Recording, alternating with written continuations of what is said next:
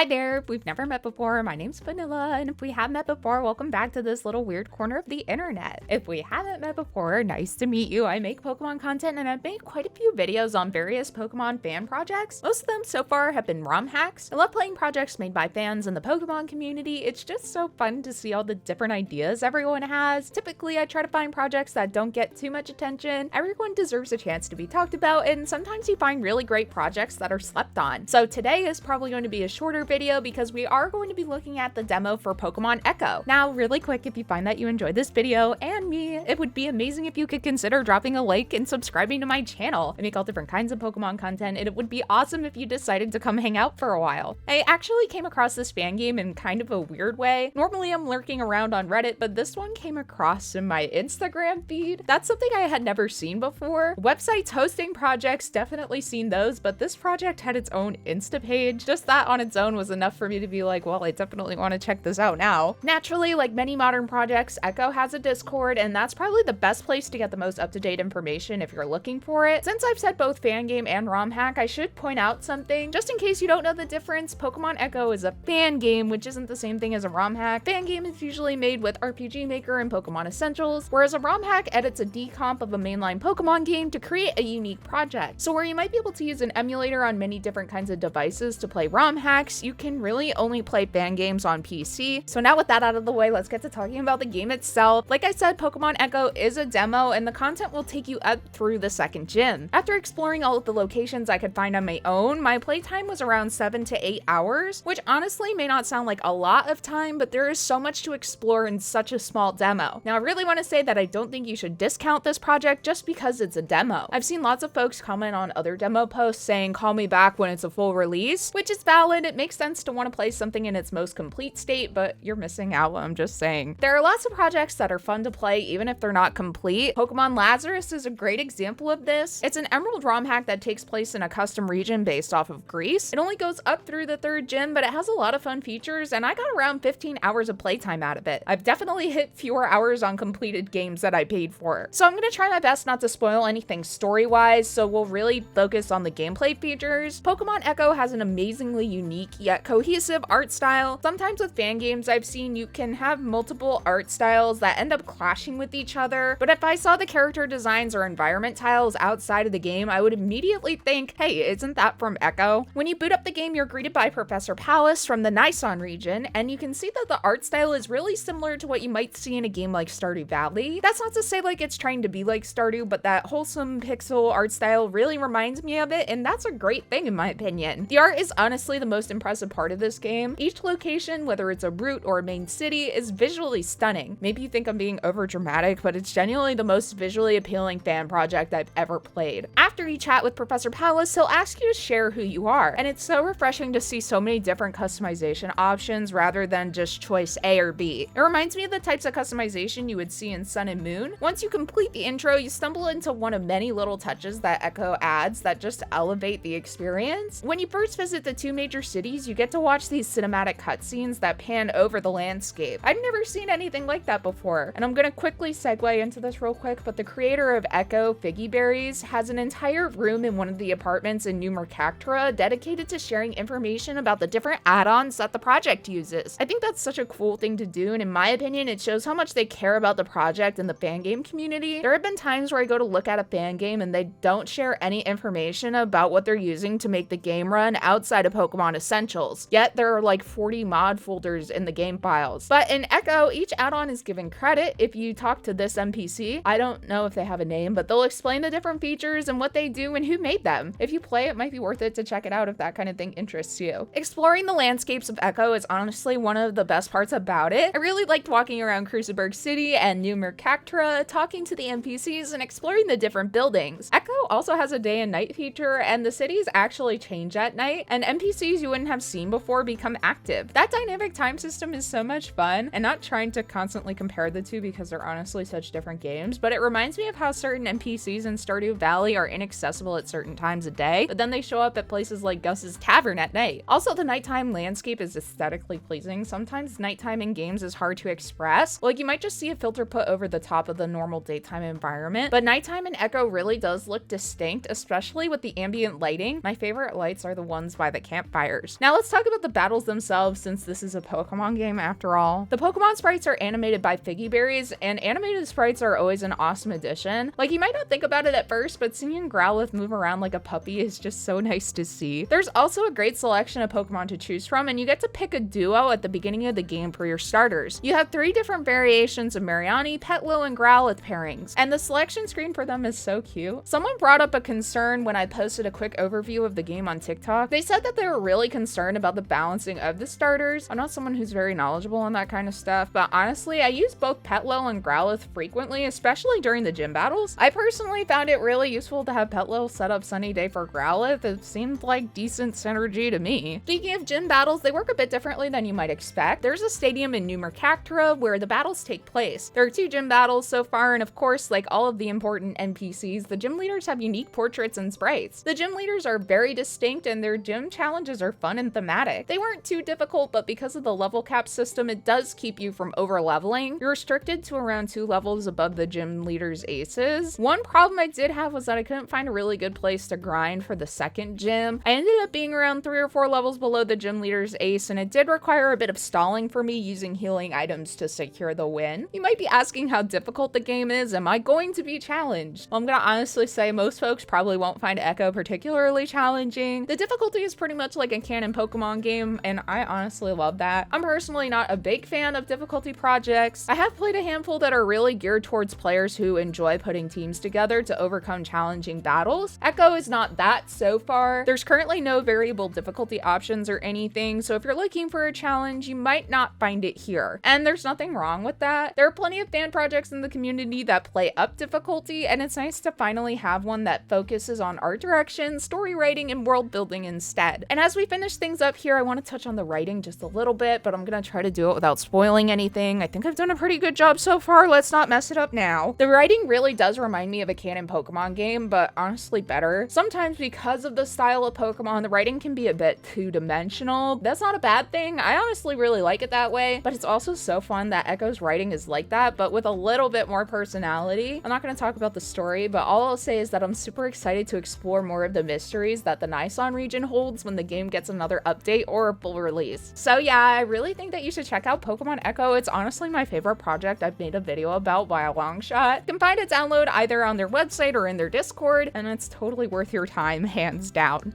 Okay, so that's all. If you enjoyed this video, it would be amazing if you can consider dropping a like and subscribing if you haven't already. I make videos all the time about different fan projects, so if that's kind of your thing, it would be amazing if you could hang out for a while. Thank you so much for taking the time out of your day to give this video a watch. I hope you have an amazing day, and I hope to see you again next time. Okay, bye!